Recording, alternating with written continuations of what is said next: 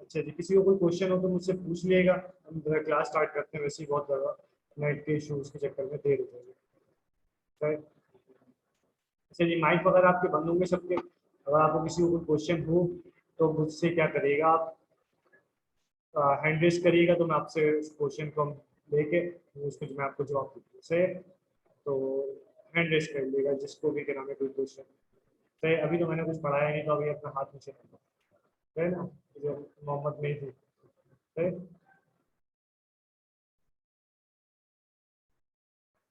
Class start करते हैं। Exercise 6.3 पढ़ रहे थे हम लोग लास्ट क्लास में। क्वेश्चन था question number 9। The sum of four numbers in AP is 4 and the sum of their square is 24। Find the numbers. हमें क्या करना है, बोले ये सम ऑफ फोर नंबर्स हमें बोले गए हैं कि, और कुछ भी प्रॉब्लम हो तो आप हैंडल कर लीजिएगा, मैं आपका माइक ओपन कर दूंगा, आप क्या करेगा उसको जवाब दे दीजिएगा तो आपको क्लियर हो जाएगी चीज़। सही है, तो ये चीज़ का ख्याल रखिएगा। सही है, कोई भी प्रॉब्लम हो। सही, स्टार्ट करते हैं क्लास। क्वेश्चन नंबर 8 मैंने कल लास्ट क्लास में करवा दिया था। आज की क्लास में जो है थोड़ा सा ऑनलाइन चल रही है क्लास, तो क्वेश्चन नंबर 9 से हम कंटिन्यू करते हैं। और मुझे जो कंप्लीट करवाना है, ये एक्सरसाइज कंप्लीट करवानी है। इंशाल्लाह कोशिश होगी कि मैक्सिमम क्वेश्चन हम आज कवर कर लें। बाकी अगर नहीं हो तो इंशाल्लाह कल करवा देंगे, पर कोशिश ये होगी कि आज हम इसको कवर कर लें। सही है। The sum of four numbers in AP is 4 and the sum of their squares is 20। सही, फाइंड द नंबर। हमने क्या करना है, उन चार नंबर्स को फाइंड करना है जिनके सम ऑफ देयर स्क्वायर्स जो है 24 के बराबर है, and sum of four numbers is 4 के बराबर है। क्लियर।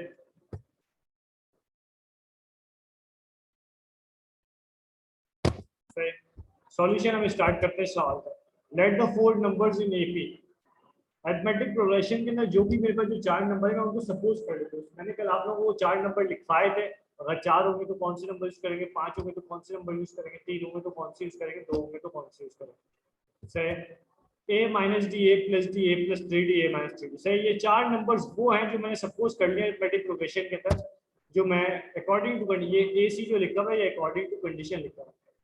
सही है, ये सी जो लिखा हुआ है ये अकॉर्डिंग टू कंडीशन लिखा हुआ है।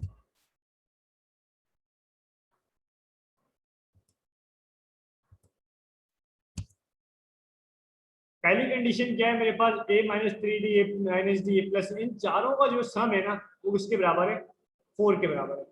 सही, इन चारों का सम किसके बराबर है, 4 के बराबर। तो मैंने a minus three D, A plus, A minus D, A plus, सबको d से d मेरे कैंसिल हो जाएंगे, तो क्या हो जाएगा, ये क्या आएगी वैल्यू मेरे पास। थोड़ा सा एक स्टेप मिसिंग है, मैं आपको बता देता हूँ कि इसमें 4a इज इक्वल टू,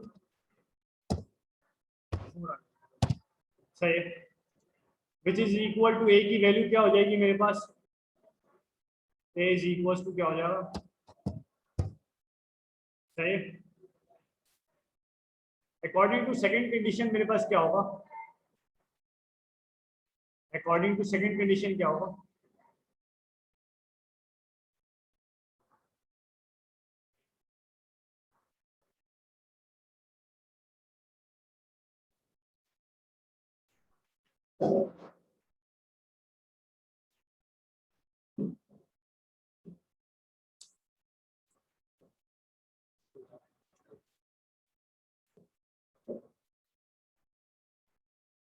आप पूछो आखिर सवाल क्या कह रहे हो।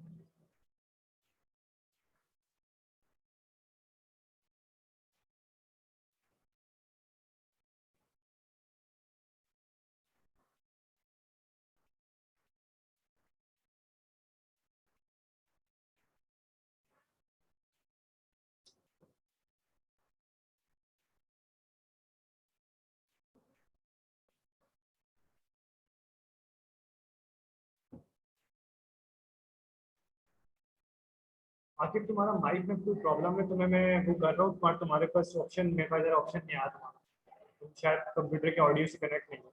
चेक कर लो अपने पास, कनेक्ट मोबाइल के ऑडियो से कनेक्ट नहीं हो।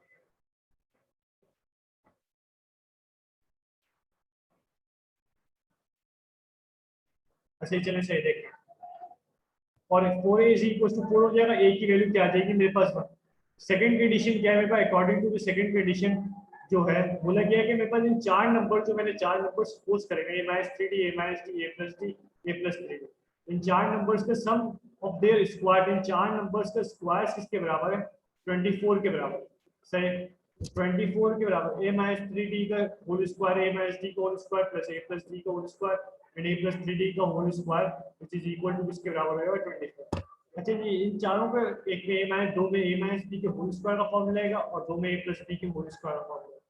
मैं डायरेक्ट फॉर्मूले पुट कर रहा हूँ। सही, कोशिश करिएगा अगर आपको प्रॉब्लम हो रही तो आप घर पे इसको फॉर्मूले वैल्यू पुट करके कर लेगा। मेरे पास डायरेक्ट इसमें जब मैं इसको करूंगा तो 2ab, अच्छा ये जो एक्स्ट्रा टर्म आ रही है वो 2ab के, तो कोई कंफ्यूज नहीं होएगा कि इसमें ये जो 6ad आ रहा है वो कहाँ से आ रहा है, वो 2ab वाला है, माइनस 2ab का। सही, देन मेरे पास इसकी a माइनस डी का होल स्क्वायर था, मैंने इसको इवेल्युएट कर दिया and then a plus D का होल स्क्वायर इसको मैंने इवेल्युएट कर दिया एंड देन मैंने ये जो a प्लस 3d का होल स्क्वायर है मैंने इसको इवेल्युएट करा व्हिच इज इक्वल टू 24। सही, इसमें कंफ्यूज नहीं होएगा।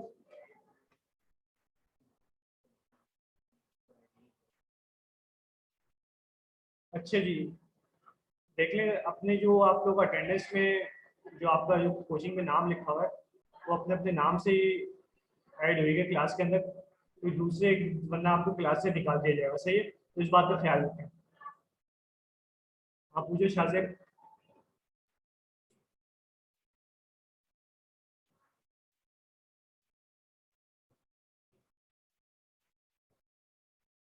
पूछो अली क्या हुआ, कमेंट क्या हुआ, हैंड रेस करा है तो आप लोग सवाल करिए।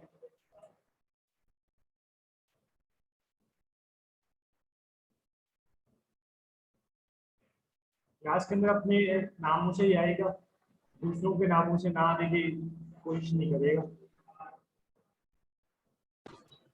आप पूछो अली क्या हुआ।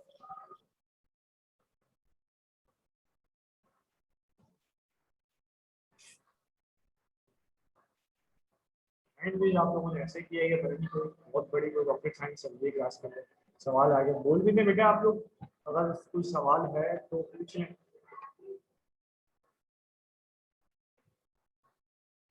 चलिए सही,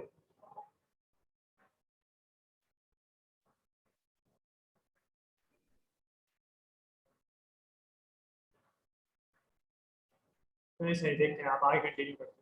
ए square minus 680 plus 9d square और A square minus 280 plus D square. इसको अगर गौर करें तो मेरे पास जो है डी की वैल्यू सारी क्या आ रही है मेरे पास? पॉजिटिव है। बस ये जो 2ab की वैल्यू से ये कैंसिल हो जाएगी, वो कैसे कैंसिल होगी? 2ad माइनस का, 2ad प्लस का, ये कैंसिल हो जाएगा। ये 680 प्लस का, ये 680 माइनस का, ये कैंसिल हो जाएगा। सही है। और 9d square, D square plus D square 9d square और A square plus A square plus A square 4a square होगा। तो मैं इसको ऐड करके लिख रहा हूँ। अच्छा, ये मैं इसको कैंसिल करके आपको बता दूँ कौन कौन सी टर्म मेरे पास कैंसिल हो गई। एक 680 स्क्वायर हो जाएगा इससे और एक 280 स्क्वायर इससे और इससे। सही है। ये जो बाकी की टर्म बचेंगी वो मेरे पास क्या हो जाएंगी? ऐड हो जाएंगी। सब्स्टिट्यूटिंग का वैल्यू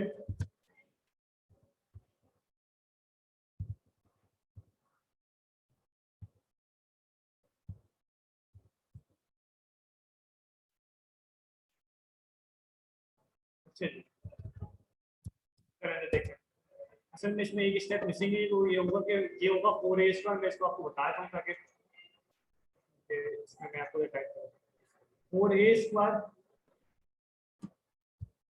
जब मैं ये जो रूट कैप लिख रहा हूँ ये स्क्वायर की रिप्रेजेंट कर रहा है। सही ना, ये बात कर रहे हो कि स्क्वायर लिख नहीं सकते, तो रूट कैप में स्क्वायर को रिप्रेजेंट कर रहा है। प्लस 9d स्क्वायर कितने मौजूद है? 9 प्लस 1 10 हो जाएगा 11 और 11 और 9 तो 20 हो जाएगा। 20d स्क्वायर, ये तो 20d स्क्वायर।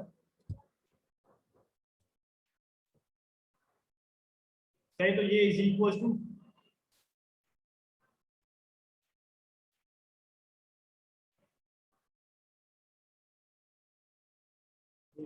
टू क्या हो जाएगा? ये 24। सही है। ये पूरी इक्वेशन बनेगी क्या?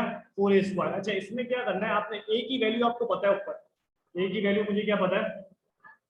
a की वैल्यू मुझे पता है, फाइंड करिए। और a is equals to 4a and a is equals to 4। अच्छा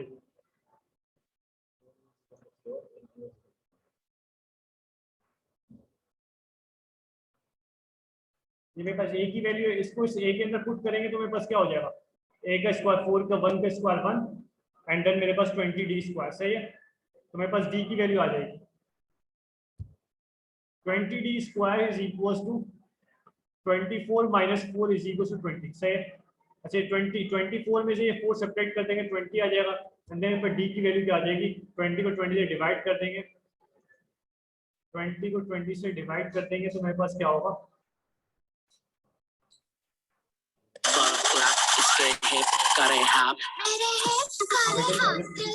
सवाल कर लो और कुछ बोलना है तो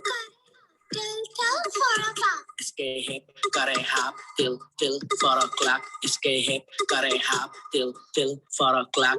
मेरे मुंह में लॉलीपॉप बादल करो पॉप, मेरे मुंह में लॉलीपॉप बादल करो पॉप।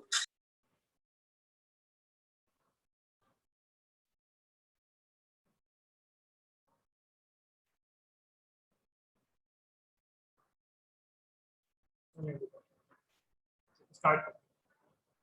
अगर आपको नहीं सवाल करना तो फिर मैं आपका जो है स्टार्ट करते हैं। डी स्क्वायर इज डी की वैल्यू क्या आ जाएगी प्लस माइनस 1। अब मुझे क्या करना है, मुझे इन चार नंबर्स की वैल्यू फाइंड करनी है। मुझे डी की वैल्यू 2 फाइंड करी है मैंने और ए की वैल्यू 2 फाइंड करी, मुझे इन चार नंबर्स की वैल्यू फाइंड करनी है। इन चार नंबर्स में ए की वैल्यू और a माइनस 3d है, a माइनस d और a प्लस d और a प्लस 3d। ये वैल्यू मुझे सब याद करनी है, ये कहीं लिखी भी नहीं होगी, मैंने आपको बताया था कल लास्ट क्लास में कि ये आपको याद करनी होगी, सही है। तो a minus 3d, a minus d, a plus d, मुझे इन चार नंबर्स की वैल्यू, a की वैल्यू पता है, d की वैल्यू आपको पता है। एक दफा आप रखेंगे a की वैल्यू, d की वैल्यू 1 रखे और a की वैल्यू 1 रखे, a माइनस 3d की वैल्यू क्या आ जाएगी 2 माइनस 2 और बाकी की वैल्यू भी आप देख लें इस तरीके से 0 आ जाएगी और 2 आ जाएगी और 4 आ जाएगी। पर जब d की वैल्यू माइनस 1 रखेंगे तो मेरे पास 4 आ जाएगा, 2 आ जाएगा, 0 आ जाएगा, माइनस 2 आ जाएगा।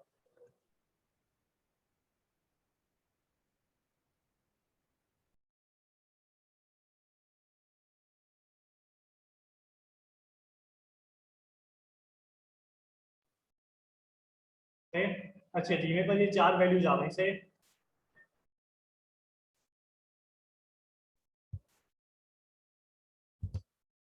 नेक्स्ट क्वेश्चन करते हैं। The base of a right triangle is 9 centimetre and the sides of the triangle are in AP, find the hypotenuse.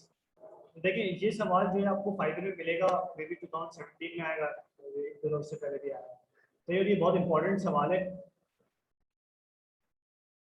ये बहुत इंपॉर्टेंट सवाल है, तो कोशिश करेगा कि आप इसको जरा समझ जैसे सही। अच्छा, the base of a right angle triangle is 9 centimetre and the sides of the triangle in AP are in AP, सही। थोड़ा सा जरा देखते हैं कि बोला क्या क्या solution. Then the sides of a right angle triangle are in AP and the base of a triangle and base measures 9 centimeter. Therefore, the measure of perpendicular 9 plus 10, the measure of the hypotenuse is equal to 9 plus 2d. ये मैंने कहाँ से लिखा है, ये मैंने diagram जो मैंने बनाई है, इस डायग्राम को थोड़ा समझ लेते हैं कि हम लोगों ने क्या करा है।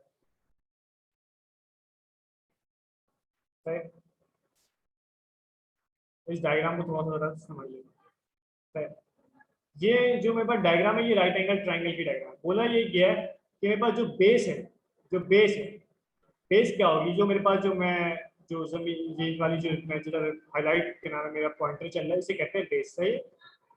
इस बेस की वैल्यू क्या गिवन है मेरे पास, इस बेस की वैल्यू क्या गिवन है 9 सेंटीमीटर, सही। अच्छा बोला ये गया है मुझे कि आपने क्या करनी है, वैल्यू फाइंड करनी है इसकी हाइपोटेन्यूज की वैल्यू। अच्छा जब और बोले कंडीशन क्या दी गई है, कंडीशन के and side of the triangle are in AP. अगर कोई चीज एपी में होती है तो वो क्या होती है, वो डी की डिफरेंस है, डी के डिफरेंस से क्या होती है, वो बढ़ रही होती है। मतलब अगर पहली टर्म 9 है, दूसरी टर्म क्या होगी 9 प्लस डी, तीसरी टर्म क्या होगी 9 प्लस 2d, चौथी टर्म क्या होगी 9 plus 3d, 9 plus 4d, 9 plus 5d, यही होगी, ऐसी होगी, सही है। डी के डिफरेंस से बढ़ रही होती है। अगर मेरा पहली टर्म 9 है तो दूसरी साइड क्या होगी 9 प्लस डी और तीसरी साइड क्या होगी 9 प्लस 2।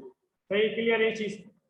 अब एक बात ये है कि मैं कौन सा 9 लूंगा और किसको 9 प्लस 2d लूंगा और किसको 9 प्लस डी लूंगा, सवाल ये है, सही।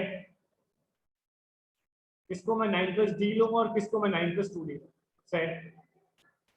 क्योंकि आप लोग जानते हैं कि राइट एंगल ट्रायंगल का ना हाइपोटेन्यूज जो होता है, जो राइट एंगल ट्रायंगल के अपोजिट होता है, ये हाइपोटेन्यूज है, सही है। ये वाली साइड 9 + 2d वाली, ये कि सबसे बड़ी साइड होती है, यानी कि 2d हो रहा है तो इसका मतलब ये होगा कि 2 का मतलब ये कि वो बड़ी साइड है सबसे, तो 9 + 2d क्या होगी, बड़ी वाली साइड क्या होगी मेरे पास 9 + 2d, और जो इससे छोटी साइड होगी 9 + d। क्लियर? इस वजह से मैंने क्या करा है, इन तीनों साइड से सपोज कर। अब ये 3 नंबर है मेरे पास, अब मैं इनके सॉल्यूशन स्टार्ट करता हूँ। अकॉर्डिंग टू पाइथागोरस थ्योरम आप लोगों को पता होगा, आप लोगों ने बचपन से पढ़ते आ रहे होंगे, हाइपोटेन्यूज का square is equal to base का स्क्वायर प्लस परपेंडिकुलर का स्क्वायर। सो ये हाइपोटेन्यूज का स्क्वायर आपको पता है 9 + 2d का स्क्वायर, बेस का स्क्वायर पता है 9 का स्क्वायर, 9 + 3 का स्क्वायर।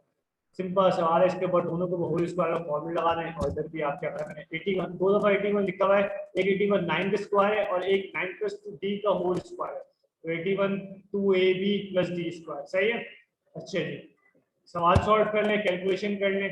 ये 81 + 81 माइनस सॉरी प्लस 162 हो जाएगा, 162 सारी वैल्यूज को मैं दूसरी साइड पे ले जाऊंगा, तो भाई ये नेगेटिव हो जाएगी। सही है?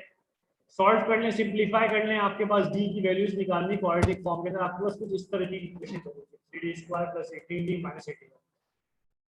देख लेते हैं कि 36 - 18 क्या होगा, 18d आ जाएगा, 4d² - d² 3d आ जाएगा, 3d² आ जाएगा, और 81 मेरे पास क्या हो जाएगा 81 - 60 162 क्या हो जाएगा मेरे पास -81 आ जाएगा। क्लियर है ये चीज?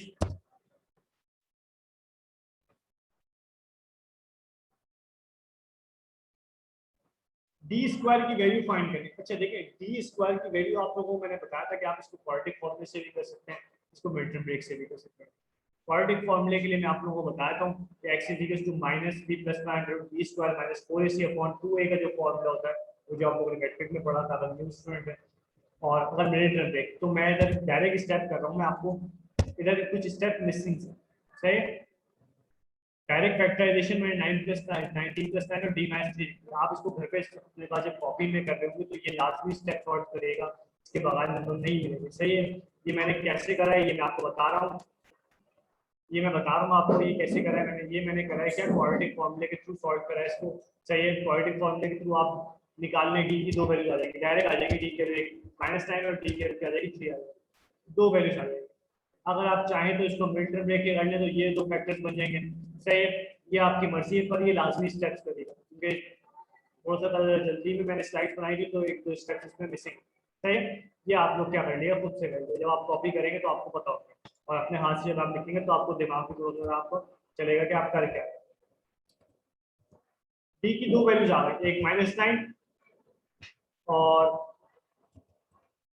एक की वैल्यू 3 आ गई। अच्छा एक बात बताएं, जरा सोचें, अगर एक राइट एंगल ट्राइंगल है, उसके बेस 9 सेंटीमीटर, तो उसका परपेंडिकुलर क्या -9 हो सकता है, या डी की वैल्यू -9 नहीं हो सकती। -9 हो गई तो वैल्यू हाइपोटेन्यूज और परपेंडिकुलर नेगेटिव में चली जाएगी, तो नेगेटिव में नहीं जाएंगी तो वो छोटी हो जाएगी उससे।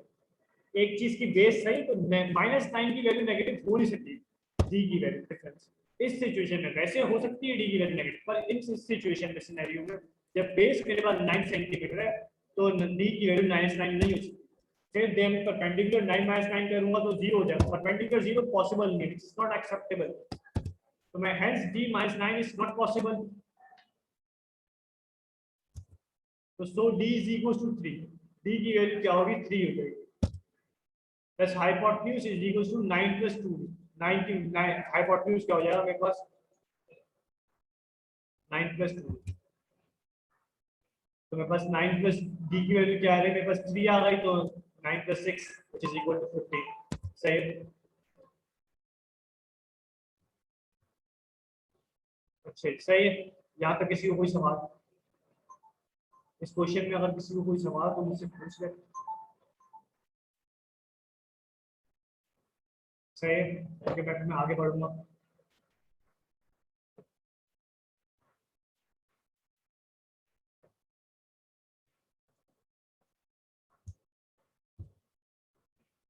Divide 600 biscuits among 5 boys so that their shares are in AP and the two smallest shares together make 1/7 of what the other 3 boys get। ये भी सवाल बहुत इंपॉर्टेंट क्वेश्चन है, इस सवाल एक्सरसाइज के अंदर ये सवाल आपको फायदे में बहुत दफा मिलेगा। डिवाइड 600 बिस्किट, बोला गया कि 600 बिस्किट्स को आपने 5 लोगों में डिवाइड करना है, 5 लोगों में डिवाइड करना है, सो दैट देयर शेयर्स, और इस तरीके से शेयर बनेंगे two smallest shares together make 1/7 of the other. सही। अच्छा ये जो दूसरी कंडीशन है ना, ये दूसरी है, पहली कंडीशन क्या? पहली कंडीशन इसके अंदर लिखी है, मैं आपको बताता हूँ, जब हम सॉल्व करेंगे। Let the shares of 5 boys be n a minus 2d a minus d a plus 2d a plus 2। ये मैंने आप लोगों को कल बताया था कि जब अगर 5 अननोन नंबर फाइंड करने हो तो मैं कौन सी सीरीज सपोज करूंगा, ये आ जाएगी। सही। दस अकॉर्डिंग टू कंडीशन मेरे पास क्या हो जाएगा, a minus 2d a minus d a plus d a plus 2। बोला है क्या इन 6 जो कंडीशन पहली लिखी है सम ऑफ देयर स्क्वायर, बोला क्या 5 लोगों में डिवाइड करने 600 तो यानी कि इक्वली डिवाइड होंगे, तो मैं इन सब का सम किसके बराबर होगा, मतलब जितने भी 5 लड़के हैं उनके अंदर 600 बिस्कुट, जब उनको ऐड करूंगा तो उनका टोटल नंबर ऑफ सम कितना है, 600 आ जाएगा। क्लियर है ये चीज? तो मैंने इन सबको ऐड कर लिया तो मेरे पास क्या हो जाएगा, 600। अब जब मैंने इनको ऐड किया तो डी से डी मेरे पास सब में क्या हो जाएंगे, कैंसिल हो जाएंगे। डी मेरे पास कैंसिल हो जाएंगे। 5a is equal to 600 आ जाएगा, a की वैल्यू आ जाएगी 120 according to the second condition.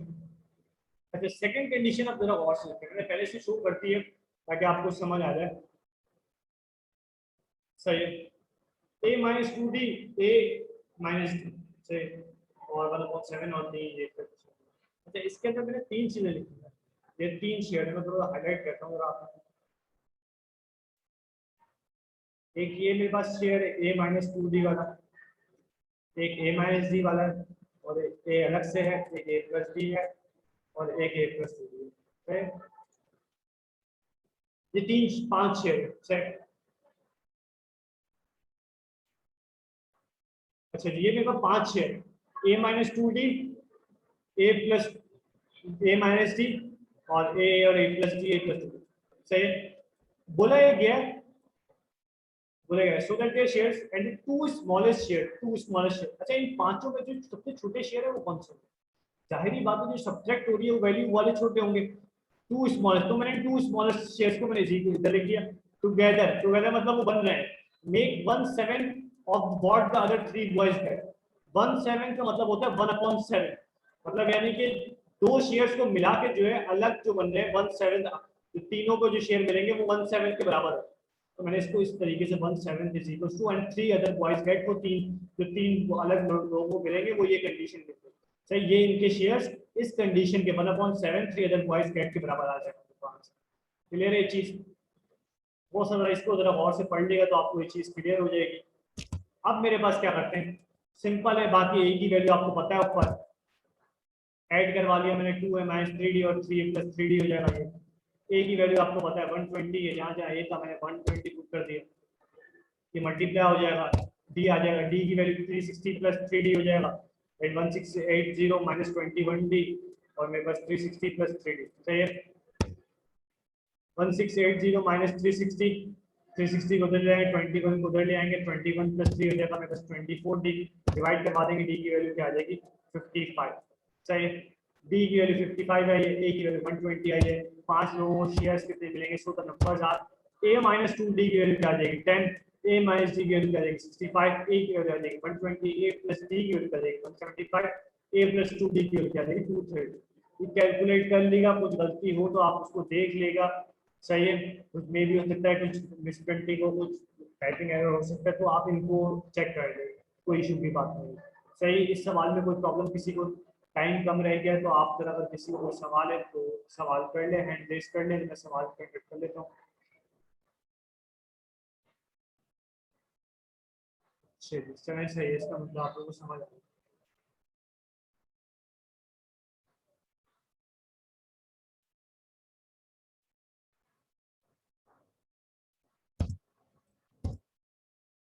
Question number 14 देखें।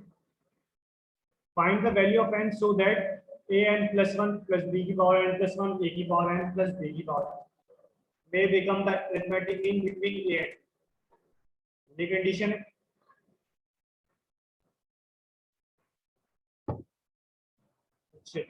Find the value of n so that, अच्छा ये भी बहुत इंपॉर्टेंट क्वेश्चन है, पेपर में आपको ये बहुत दफा मिलेगा। ये आपको मिलेगा अरिथमेटिक मीन में भी मिलेगा, ज्योमेट्रिक मीन में भी मिलेगा, हार्मोनिक मीन में भी मिलेगा, ये बात याद रखिएगा। सही, ये तीनों में मिलेगा सवाल, ये मोस्ट इंपॉर्टेंट सवाल है। सही है। और इसको सवाल को समझने के लिए एक दफा मैं इसको क्लास में भी करवा दूंगा, मगर फिलहाल इसको मुझे एक्सरसाइज कंप्लीट करनी है तो मैं इसको अभी फिलहाल इधर करवा रहा हूँ।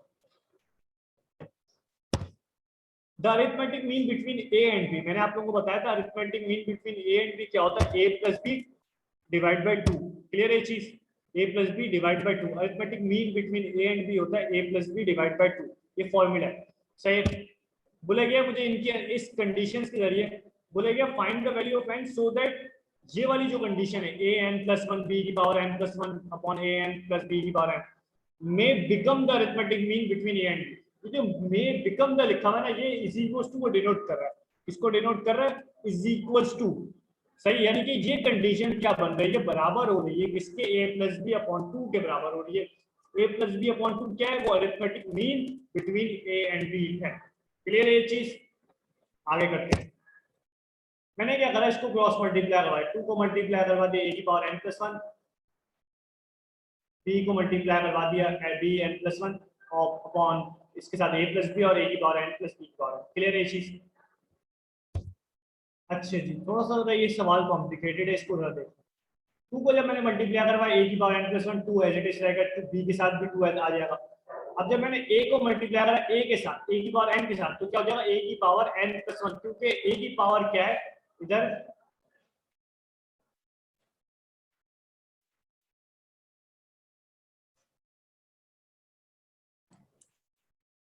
इसके हिप करे हाथ तिल तिल फॉर अ क्लैप।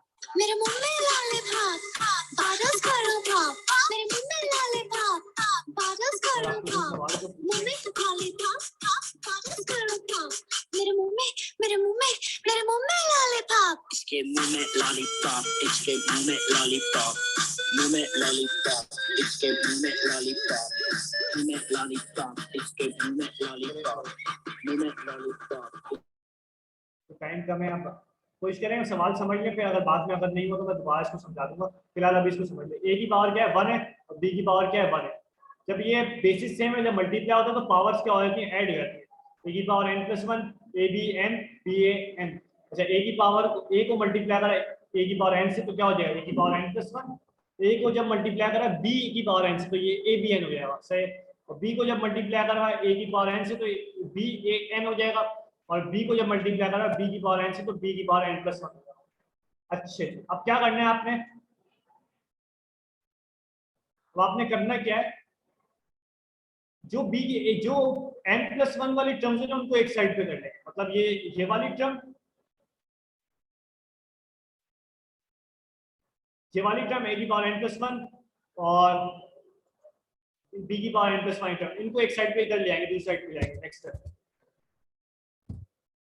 देखिए, 2a की, अच्छा a की पावर वाली टर्म एक साइड पे लिया है, b की पावर वाली टर्म को एक साइड पे लिया है, सही है।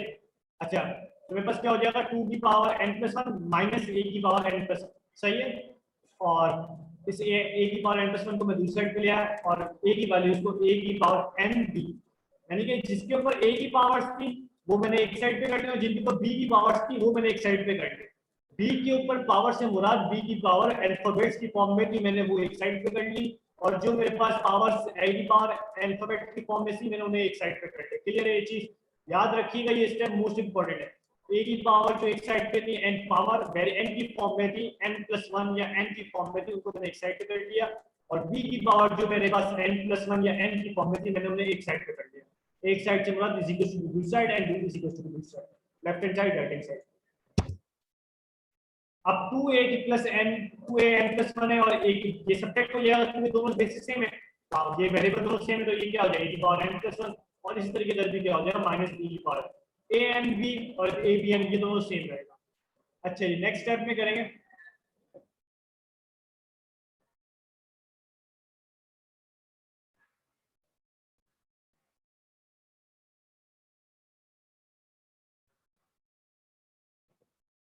अच्छा जी,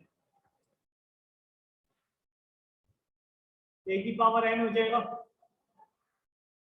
a माइनस b, b की power n a minus b। Clear है चीज, मैंने क्या करा है इसके अंदर, a की पावर n कॉमन निकाली है, से a की पावर n कॉमन निकाली, a माइनस b आ जाएगा, और b की पावर n कॉमन निकाली, a माइनस b आ जाएगा। क्लियर है ये चीज, a माइनस b कैसे आया देख लेते हैं। देखें, इन दोनों के टर्म के अंदर a की पावर n मौजूद है, सही। जब मैं इनमें से ए की पावर n कॉमन निकालूंगा तो इस वाली फर्स्ट टर्म में क्या बचेगा मेरे पास, ए की पावर 1 बचेगी ना, वही मैंने लिखा है ए की पावर 1, और इधर क्या बचेगा माइनस बी, मैंने माइनस बी लिख दिया, क्लियर। और इन दोनों में देख लें, इधर b की पावर n है और b की पावर n, मैंने b की पावर n कॉमन निकाली तो पहली वाली टर्म में a बचे, दूसरी वाली टर्म में b बचेगा, से a माइनस b से a माइनस b कैंसिल हो जाएगा, a की पावर n आ जाएगा, और a की पावर n मैंने डिवाइड किया 3 to 1 के बराबर लिया, सही। अच्छा जी, मुझे n की वैल्यू निकालनी, एक मुझे क्या करनी है, n की वैल्यू निकालनी है मुझे। n की वैल्यू कैसे निकालेंगे, क्योंकि दोनों इधर तो मेरे पास 1 है, अगर मैं इसको a अपॉन b की होल पावर n ले लूं और a अपॉन b की होल पावर 0 ले लूं, ताकि मेरे पास क्या हो जाए, ये बेसिस सेम दोनों की आ जाए, तो मैं पावर्स को जब बेसिस सेम होती है तो पावर्स क्या होती है, बराबर हो जाती है, if bases are same then powers should be equal। मैंने क्या करी, n की वैल्यू क्या निकालनी है, 0 निकाल, n की वैल्यू क्या होगी 0, तब मेरे पास ये कंडीशन क्या हो जाएगी, अपेयर हो जाएगी। अच्छा जी, क्लास को यहीं तक रखते हैं, इसके अलावा किसी को कोई सवाल हो तो पूछ ले, क्योंकि टाइम खत्म हो जाए, मीटिंग किसी वक्त क्या है चाहिए।